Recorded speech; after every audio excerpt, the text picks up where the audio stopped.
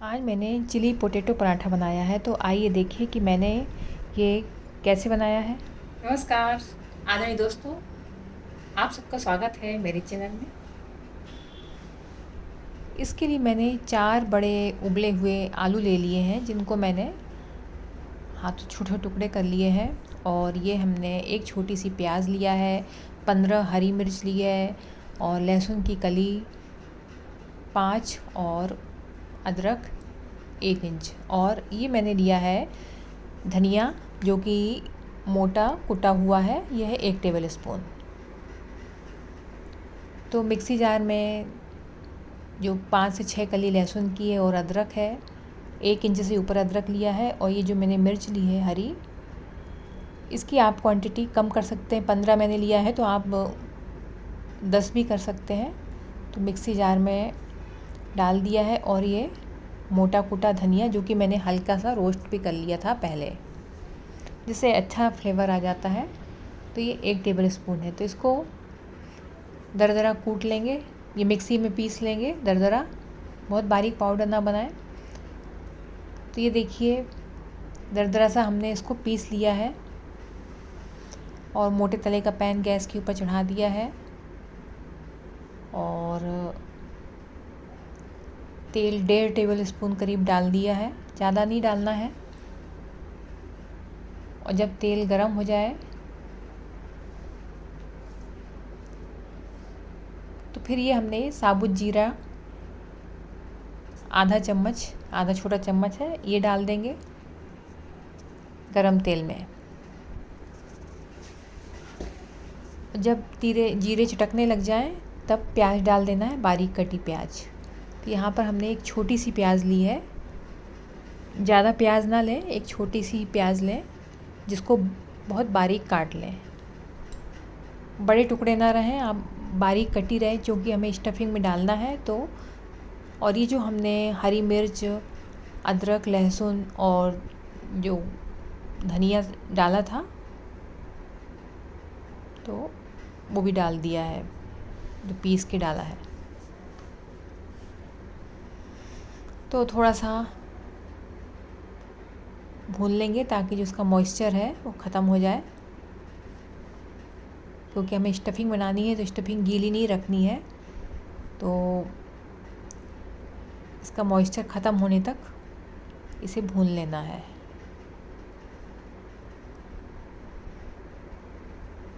फिर ये हमने ये लाल मिर्च पाउडर डाल दिया है, और ये तो 1/4 से कम डाला है। और ये हमने जो आलू मैश करके रखे थे, ये तो कुछ छोटे छोटे टुकड़ों में काट के डाल दें। और अभी तो गैस ऑन है, हर चीज़ मिक्स होते तक इसको भी चला लें। इसमें ही हमने गरम मसाला पाउडर डाल दिया है, 1 छोटा चम्मच। और अब मैसर से मैश कर लेंगे, अच्छे से मैश करना है, क्योंकि इसको हमें पराठे के अंदर डालना है। तो अच्छे से मैश होना चाहिए, नहीं तो फिर पराठे फटेंगे। अब गैस भी बंद कर दिया है, अब बंद करके मैश कर लें। ये है कसूरी मेथी, ये हमने आधा चम्मच से कम लिया है, तो इसको हाथ से मसल के डालें, ज़्यादा नहीं डालें, नहीं तो कड़वा लगता है। यदि आपके पास कसूरी मेथी नहीं है तो जो मेथी पत्ती रहती है तो उसको सुखा लें, उन्हीं पत्तियों को भी डाल सकते हैं।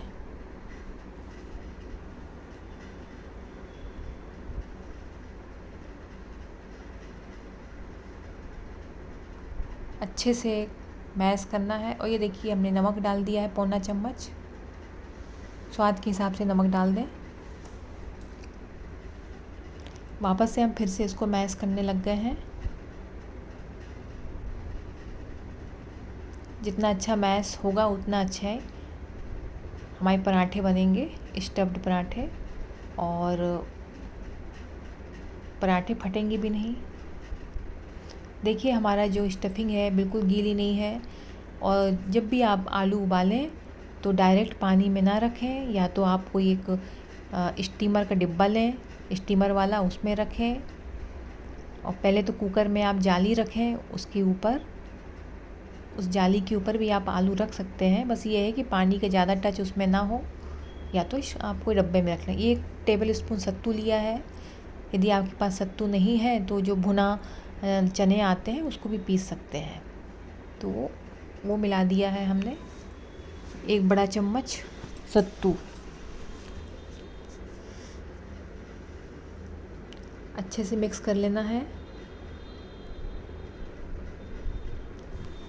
सत्तू, जो ओरिजिनल सत्तू होता है वो भुने चने और भुने ज्वार से बनता है, और कहीं कहीं कुछ लोग गेहूँ भी डालते हैं भून के, पर अधिकांश, और कहीं कहीं मूंगफली भी डालते हैं, पर अधिकांशतः भुने चने ही रहते हैं। अब हम इसके लिए डो बना लेंगे पराठे के लिए। तो हमने 1.5 बड़ा कप गेहूं का आटा ले लिया है, और मैदा हमने आधा कप डालना है। ज़्यादा मैदा डालने की आवश्यकता नहीं होती है। तो यहाँ पे हमने 1.5 कप आटा और आधा कप मैदा डाला है। नमक डाल दिया 1 चम्मच, और यहाँ पे हम कुकिंग ऑयल डाल देंगे 2 टेबल स्पून मोयन के लिए।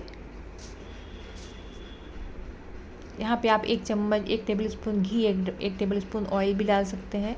जिस मिक्सी में हमने पीसा था हरी मिर्च, अदरक, लहसुन, तो उसमें भी थोड़ा सा मसाला चिपका था, तो पानी डाल के डाल दिए ताकि वो बर्बाद, वेस्ट ना हो।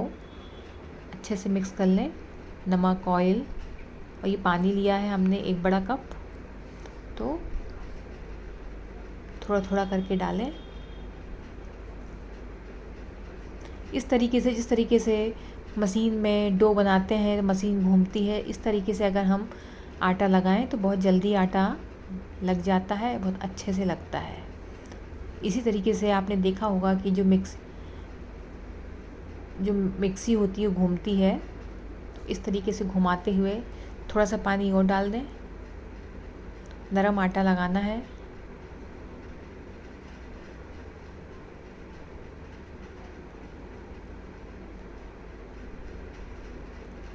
और ये आटा हमारा लग चुका है। देखिए इतना थोड़ा सा पानी बचा था, तो वो पूरा पानी भी हमने डाल दिया है, क्योंकि हमें इसके लिए नरम डो बनाना है।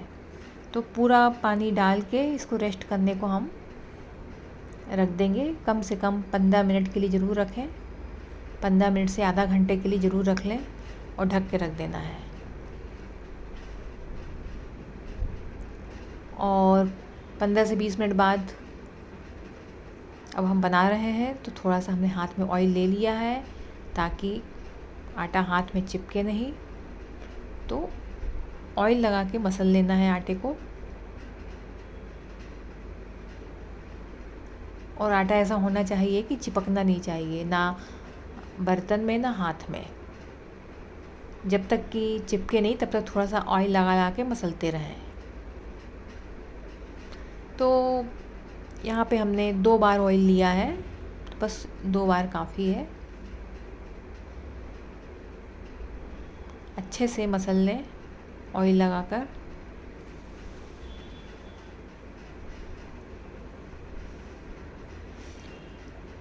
अब हमने जिस पे हमें पराठे बेलना है, तो उसको हमने रख लिया है। ऊपर से ऑयल और थोड़ा सा सूखा आटा डाल के इसके हमें लोए काट लेने हैं।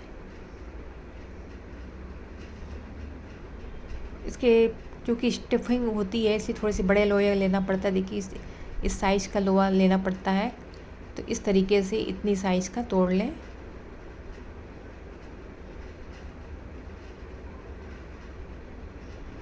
और क्योंकि सॉफ्ट डो रखना पड़ता है, तो हाथों से ही फैलाना है इसको। और स्टफिंग भी इसकी देखिए आटे की तरह सॉफ्ट रहती है। ऐसे थोड़ा सा ऑयल लगा लें और थोड़ा सा सूखा आटा बुरक लें। और लगभग जितनी बड़ी हमने लोया लिया था, लगभग उतनी बड़ा हमें बॉल लेना पड़ता है। उतना ही बड़ा हमें बॉल लेना होगा जितना बड़ा हमने लोया लिया है। अब उसको अच्छी तरीके से पैक कर लेना है। चारों तरफ से कोने मिलाकर उसको चिपका लें।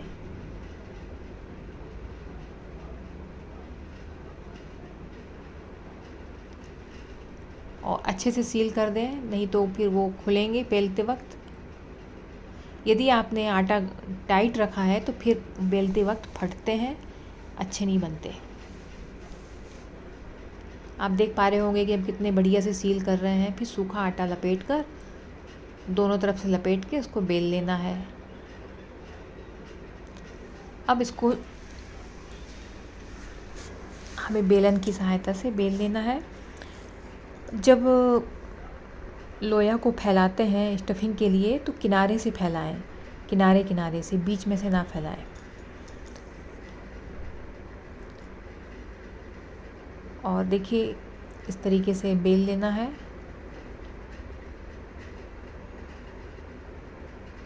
देखिए बिल्कुल भी पराठा नहीं फट रहा है। और यहाँ पे हमने तवा गरम करने को रख दिया था साइड में, तो उधर तवा भी गरम हो रहा है।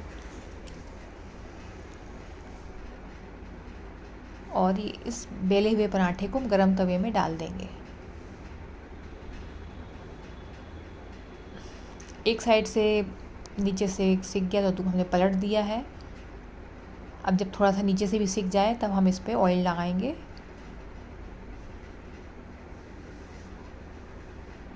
पहले चेक कर लें नीचे से हुआ कि नहीं हुआ। उसके बाद जब दोनों तरफ से सिक जाते हैं तब ऑयल लगाना पड़ता है।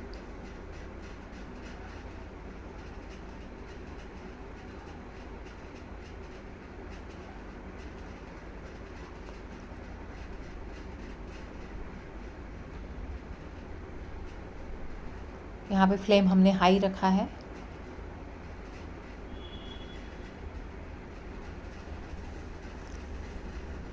और पलट कर भी हमने वहाँ पे दूसरी साइड भी ऑयल लगा दिया है।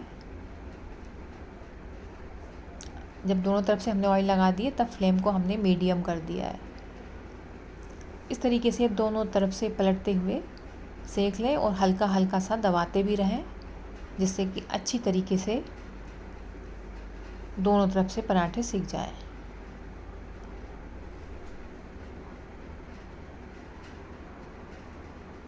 आप देख पा रहे होंगे किस तरह हम घुमाते हुए सेक रहे हैं, हल्के हल्के दबाते हुए।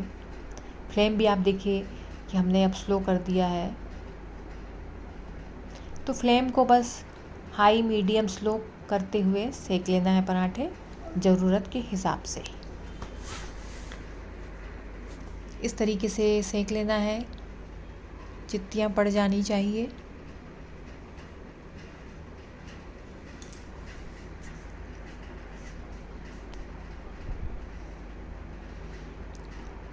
और क्योंकि इसके लिए करारे पराठे अच्छे लगते हैं तो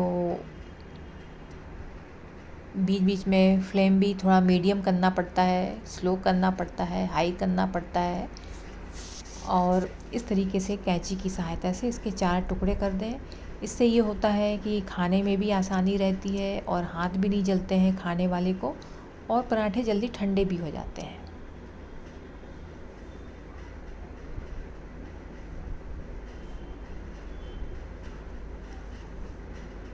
और इसको फिर दही की चटनी के साथ खाएं, टमाटर की चटनी के साथ खाएं। चिली पोटैटो पराठे को। और यदि आपको ये वीडियो पसंद आता है तो लाइक करें, चैनल में पहली बार आए हैं तो सब्सक्राइब कर लें और बेल बटन दबा लें ताकि नोटिफिकेशन मिले। शेयर